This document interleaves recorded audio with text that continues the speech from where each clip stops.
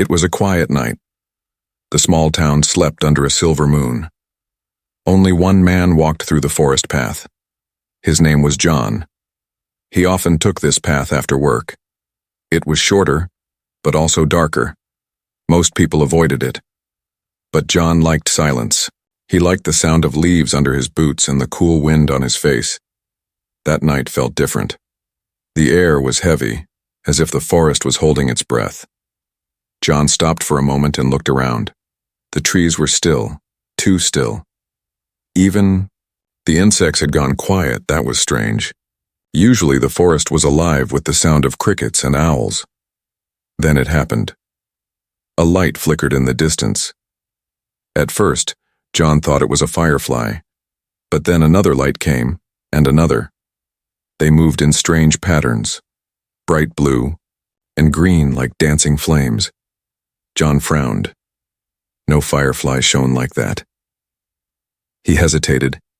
His heart told him to walk away, but his curiosity was stronger. Step by step, he walked deeper into the forest, following the strange glow. Each step felt heavier, as if the ground itself tried to pull him back. Soon he heard something else, a faint sound. It was soft, like crying. John froze. It was not the cry of any animal he knew. It was higher, sharper, almost like a child's voice. "Hello?" he whispered. His own voice sounded too loud in the silence. No answer came, only another sob. John's chest tightened. What child could be here alone in the middle of the night?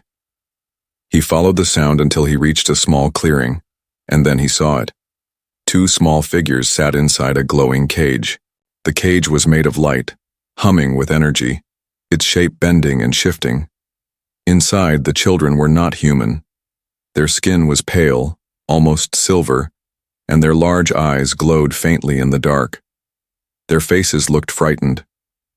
John's breath caught in his throat. His mind screamed, "This is impossible." He rubbed his eyes, but they were still there. Two alien children trapped, crying softly. One of them looked up at him. The child's eyes shone with tears, and yet also with hope. John felt his fear mix with something else. Pity. They were strange, yes, but they were children, and they were in pain. He stepped closer, slowly, his heart pounding. The cage buzzed louder as he moved, warning him to stay away. The children pressed against each other, watching him with wide, glowing eyes. John reached out his hand, then stopped. He had no idea what this cage was. Was it dangerous? Would it hurt him if he touched it?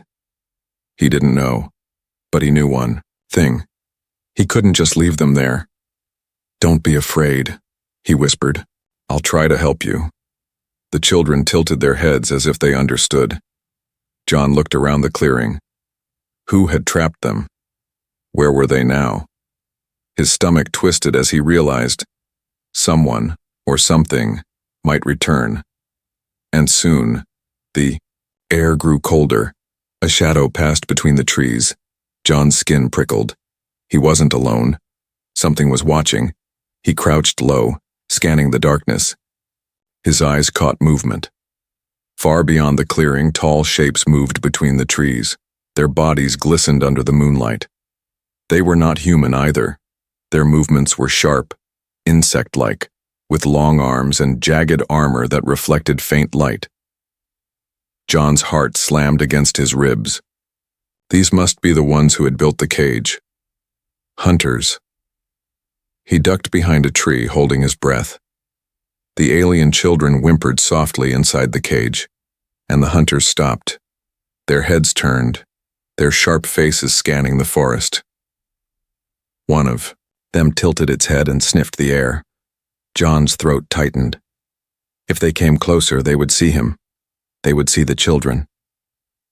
The hunters made strange clicking sounds, talking to each other in a language John couldn't understand. Then slowly they moved on, vanishing deeper into the forest. John let out a shaky breath. He looked back at the cage. The children stared at him, waiting, trusting. He felt the weight of their gaze. Fear battled with courage inside him.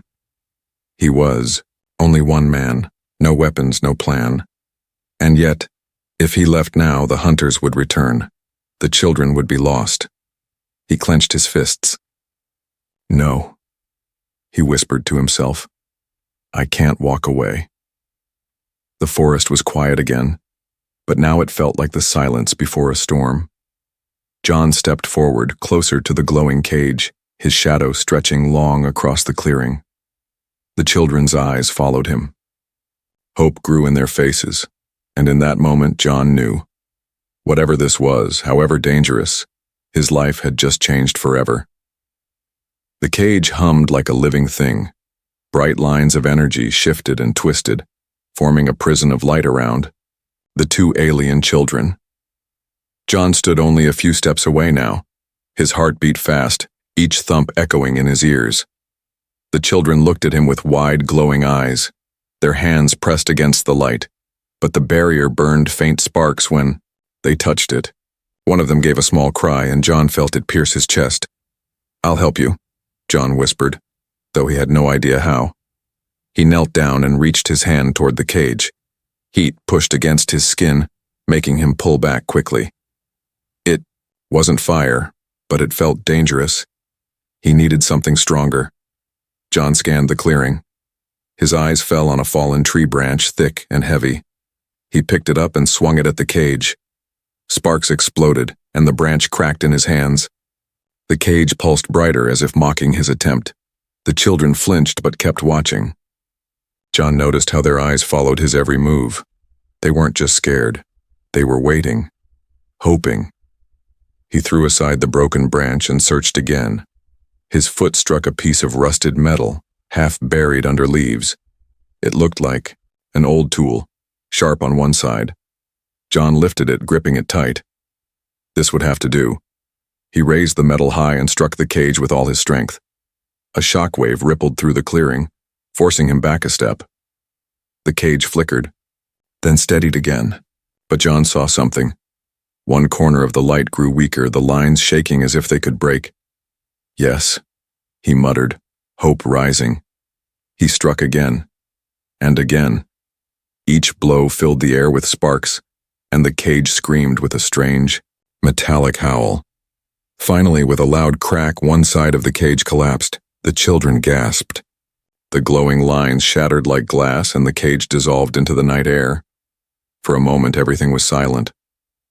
John dropped the metal tool, his chest heaving. He had done it. The children were free. But then a sound cut through the night. A clicking, sharp and cold. The hunters were back. John froze. The tall shapes appeared between the trees again, their armor glinting.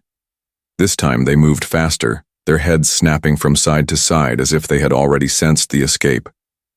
Run, John whispered, but the children stayed close to him, trembling. He grabbed their small hands, surprised by how cold their skin felt, and pulled them toward the shadows. They darted behind a cluster of thick trees, just as the hunters entered the clearing. John pressed his back against the trunk, holding the children close. His breath came slow, careful. The hunters moved into the clearing, their insect-like bodies clicking with every step. Their glowing eyes scanned the ground. One of them bent low, touching the broken remains of the cage. It hissed, a sharp, angry sound. Another raised its head and sniffed the air. John's stomach knotted. They were too close. If one of them looked left, they would see him and the children. The hunters clicked again, speaking in their strange language. John couldn't understand the words, but he felt the anger in them. They spread out, searching. One came closer, step by step, until John could see the sharp points of its teeth. The child beside him trembled, a soft whimper escaping. John held his breath. He pressed a hand gently over the child's shoulder, praying it would stay quiet. His heart thundered in his chest. Any second now. But then, far away, a loud howl echoed through the forest.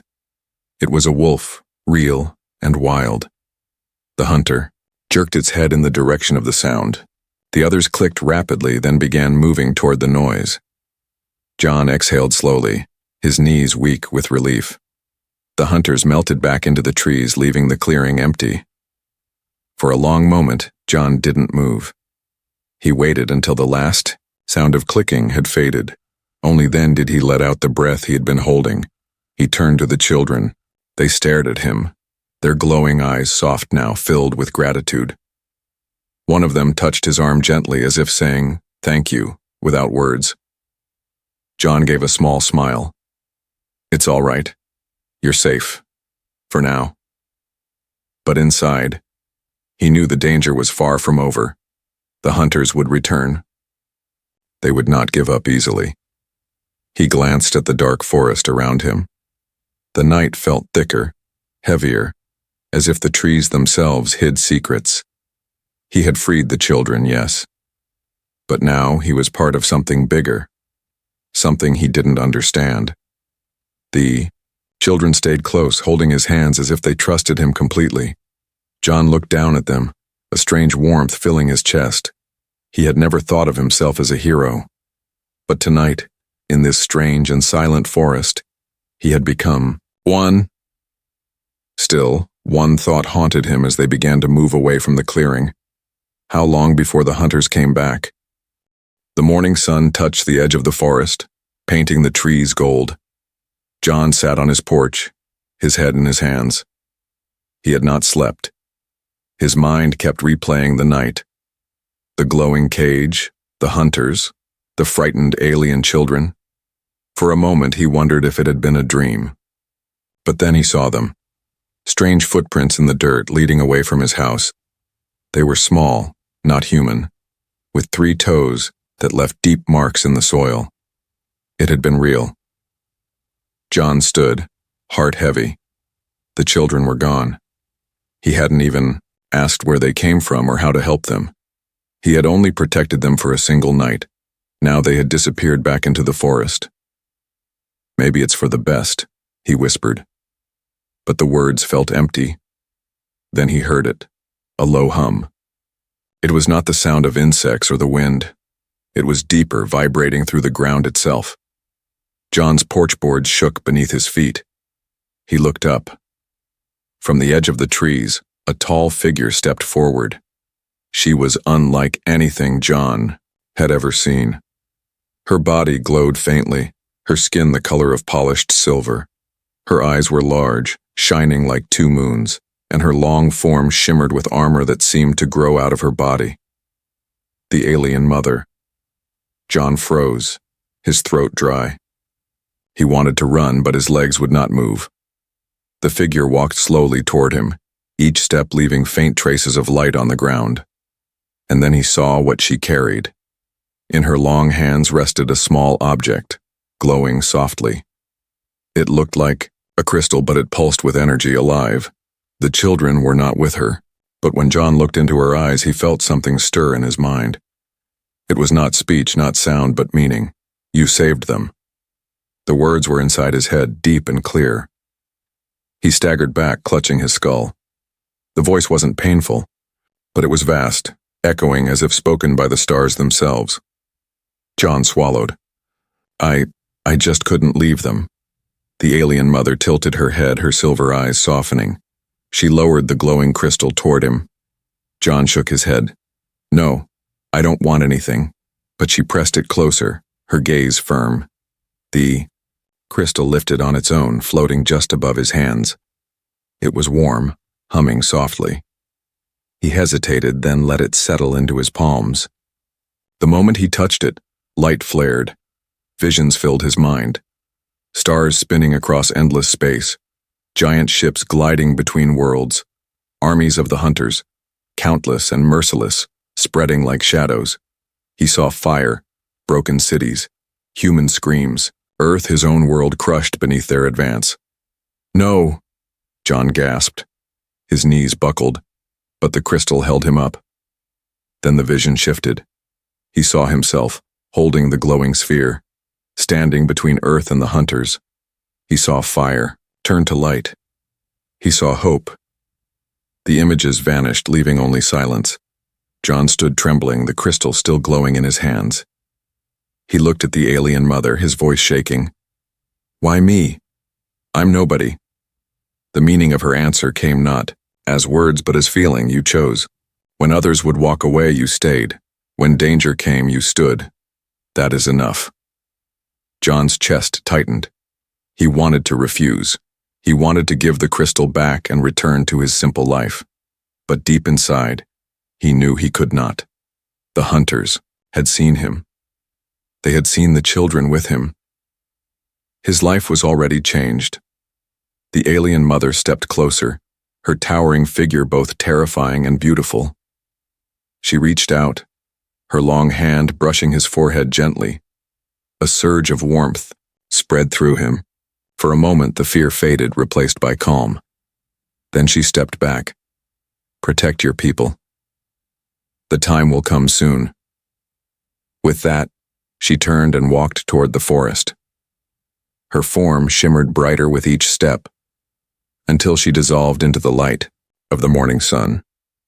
John stood alone, the crystal still glowing in his hand. He stared at it, his heart pounding. It was no ordinary gift. It was a burden, a warning, and a weapon all in one. He sank onto the porch steps, running a hand over his face. The world felt different now, heavier. He could almost hear the faint clicking of the hunters in the distance, searching. They would not stop, and when they came again, they would not just hunt children. John looked at the crystal. Its glow pulsed in rhythm with his heartbeat as if it were alive. He clenched his fist around it. I don't know what you are, he whispered, but if you chose me, then I'll fight. The wind stirred the trees, carrying with it a sound like distant thunder, or maybe footsteps. Something was already moving in the shadows. John rose to his feet. His quiet life was gone. Ahead lay danger, a war he had never imagined. But deep inside, a spark had been lit. The alien mother had given him more than a gift. She had given him a purpose. The crystal pulsed in John's hand like a heartbeat. Its glow spilled across the wooden porch, casting long shadows in the rising sun. For hours, he had sat there, staring at it, waiting for the strange light to fade. But it never did. Every time he closed his eyes, the visions returned. Armies of hunters swarming, cities burning, earth falling, and then the other vision, himself standing against them with the sphere in his grasp, a shield of light blazing around him. He shook his head. I'm just one man, he muttered. How can I stop all that? But deep down, he already knew the truth. The alien mother hadn't chosen him by accident. She had seen something inside him. The moment he had freed her children, his fate had changed. The forest seemed to agree. It was too quiet. No bird song, no wind, just heavy silence. Then came the sound, distant at first, then growing. A low rumble like thunder, but with a sharp edge. Clicking. The hunters were back. John rose, clutching the crystal tight. His hands trembled, but not from fear alone. The sphere was changing.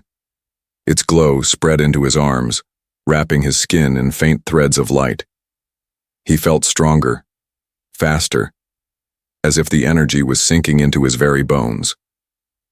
The first shadow moved, at the tree line. Then another, then 10.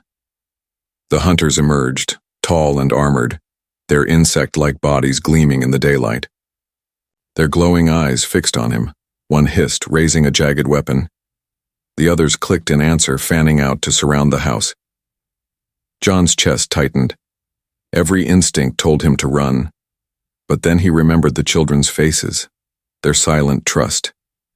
He remembered the mother's eyes when she placed the gift in his hands. Running was no longer an option. He raised the crystal. Light burst out, forming a shield around him just as the first hunter lunged. Its weapon slammed against the barrier, sparking violently, but John stood his ground. The crystal hummed louder, almost guiding him. Without thinking, he swung his arm. A beam of light shot forward, striking the hunter in the chest. The creature screeched and collapsed, armor smoking. John staggered back, stunned. I did that? The hunters hissed in fury. Two rushed him at once, their claws slashing. John raised the sphere again, and another wave of light exploded outward, throwing them back. He felt the energy drain through him like fire in his veins, but it also filled him with strength. For the first time, the hunters hesitated, but John knew they would not retreat. Not yet. He glanced at the forest. More shadows moved there. More hunters coming. Too many. He couldn't fight them all. Not like this. The crystal pulsed harder, sending another vision into his mind. He saw Earth, his home, glowing blue in the void. And then he saw the hunters' ships, countless and near. The meaning was clear. This was only the beginning. The mother hadn't given him the gift just to save 2 children. She had given it, so he could save everyone. His stomach nodded. He hadn't asked for this. He had never wanted to be a soldier, a leader, a savior.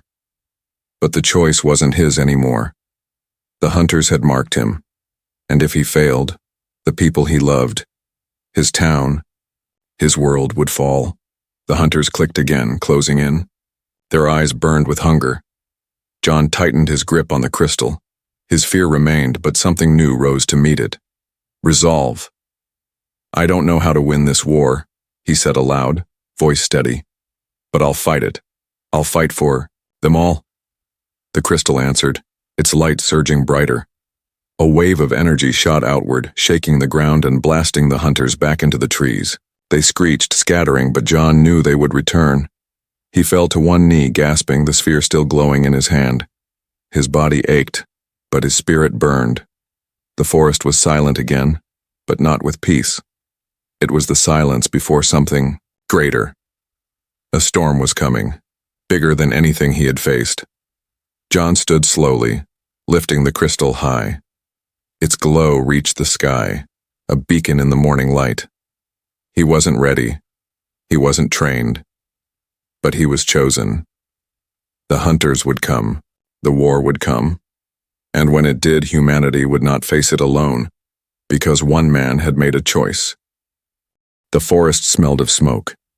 Broken trees lay scattered where the wave of light had thrown the hunters back. John stood among the wreckage, the crystal glowing faintly in his hand. His chest rose and fell with heavy breaths, his body shaking from the effort. He looked at the place where the hunters had vanished. Their shrieks still echoed in his head. He knew this wasn't over. They would come back, stronger, faster, maybe with more of them. He had survived one battle, but a war was waiting. John lowered himself onto a fallen log. The crystal's glow had dimmed, no longer blinding but steady like a heartbeat. He turned it in his palm, trying to make sense of it. "What are you?" he whispered. The crystal pulsed once, and warmth spread into his arm. In his mind, an image flashed. Stars, spinning endlessly. Then words, not spoken but felt. Awakening. John rubbed his forehead. His head ached from the strange visions. It was like the crystal had a mind of its own, showing him pieces of knowledge too big to understand all at once. Suddenly, a sound broke the silence. Branches snapped nearby. John jumped to his feet, raising the crystal instinctively. Light flared, casting the trees in silver, but it wasn't the hunters. A deer stumbled into the clearing, its eyes wide, its movements nervous. It froze for a moment in the glow of the crystal, then darted away into the woods. John let out a shaky breath. He was becoming too jumpy, but how could he not be? His quiet world was gone. Every shadow now looked like a threat. He walked back, to his cabin. The porch was cracked from the shockwave and the roof shook whenever the wind passed. It no longer felt safe. Nothing did. Inside, John set the crystal on the table.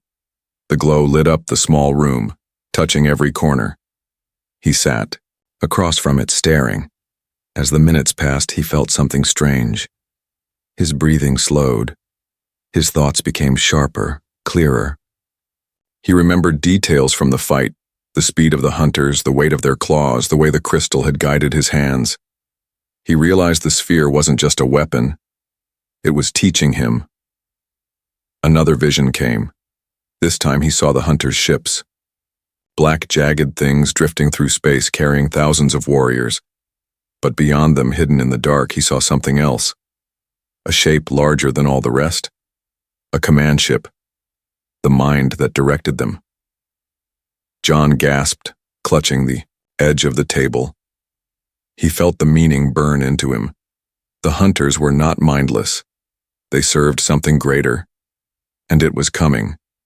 The crystal pulsed again, brighter, as if warning him. Then the vision faded. John leaned back, sweat dripping from his forehead. He could feel his heart racing, but also a fire building inside him. He was not powerless. The gift had chosen him for a reason. He stood, walking to the door. The forest was quiet again. Too quiet. He listened carefully, waiting. Then he heard it. Far away, faint but clear. The hunters' clicking voices. They were already regrouping. John gripped the crystal tightly. His fear was real, but so was his resolve. No, more hiding, he said to himself. If they want me, they'll find me ready. The crystal glowed brighter, almost as if it approved. John stepped into the clearing, scanning the tree line. He thought of the children. Somewhere, they were safe because of him. And the mother. She had given him this power because she believed he would use it. A gust of wind rustled the trees, carrying with it the faint smell of burning metal. John realized with a chill that the hunters weren't just regrouping. They were marking the land, preparing for something larger. The crystal vibrated in his hand. Images rushed through his mind again. This time, he saw other humans. Faces he didn't know, standing with him, holding weapons of light like his. Not soldiers, not trained fighters, but ordinary people who had chosen to stand. John fell to one knee, gripping the earth. The message was clear. He was not meant to fight alone. The gift wasn't just power, it was a spark, a beginning. He looked at the glowing sphere. "You want me to lead them," he whispered. The crystal pulsed once, steady and strong. John rose slowly, his shoulders heavy but his eyes hard. He no longer felt like the man who once walked through the forest just for silence. That man was gone. This was the awakening. The hunters would return. The war would come. And when it did, John would not just fight. He would awaken others. He would make humanity ready. The forest shivered in the wind, the shadows deepening. Somewhere out there, the hunters clicked in the dark, searching. John tightened his grip on the crystal, his jaw set. The choice was already made. The awakening had begun. The crystal had not left John's side since the moment it touched his hand. Even when he slept, if sleep could still find him, it hovered near, glowing softly, humming like a heartbeat. The visions it gave him were growing stronger. They were no longer only of hunters.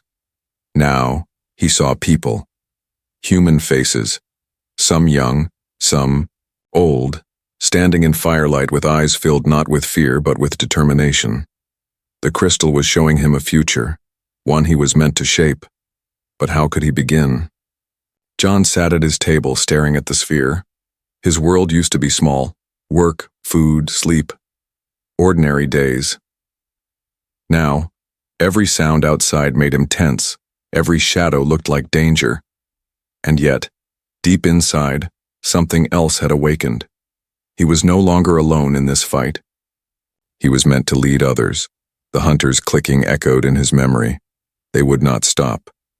And when they came again, they would come in greater numbers.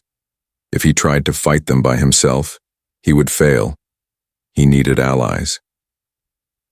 That afternoon, John left his cabin for the town. The walk felt different now.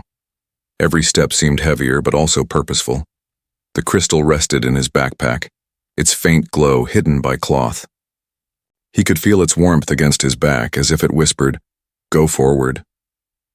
When he reached the edge of town, he saw people going about their lives as if nothing had changed.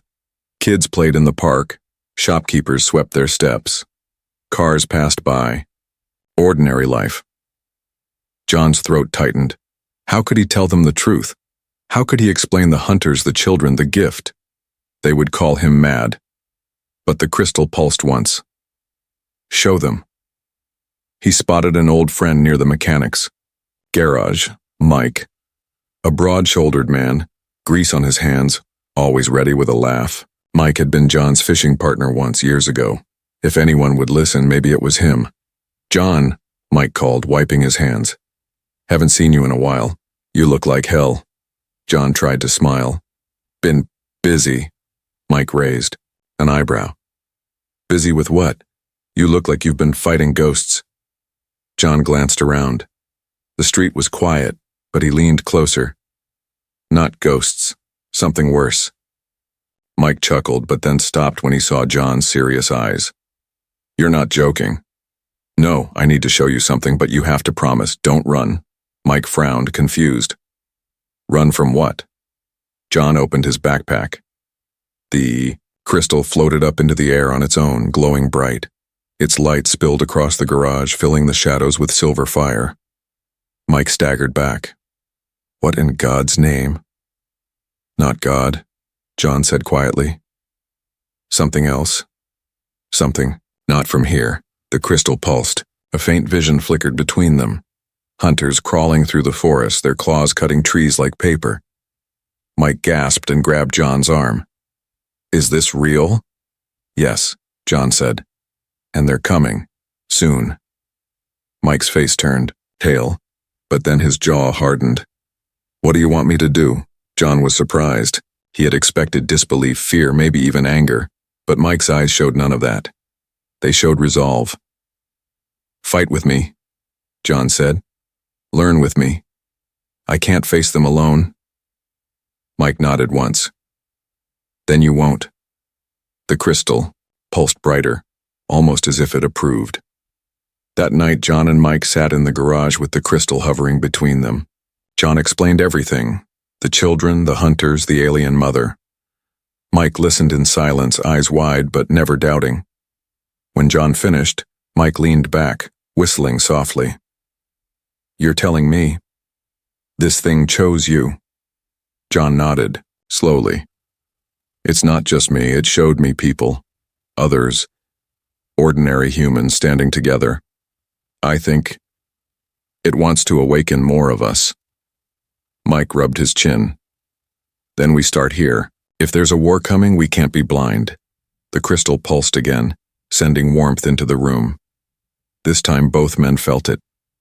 Mike gasped and looked at his hand. Faint threads of light danced across his skin, vanishing quickly. "It's sharing," John whispered. "Not all of it, just a spark." Mike looked at him, a grin spreading despite the fear in his eyes. "Guess that means I'm in." John felt something stir in his chest. For the first time since the hunters appeared, he wasn't alone.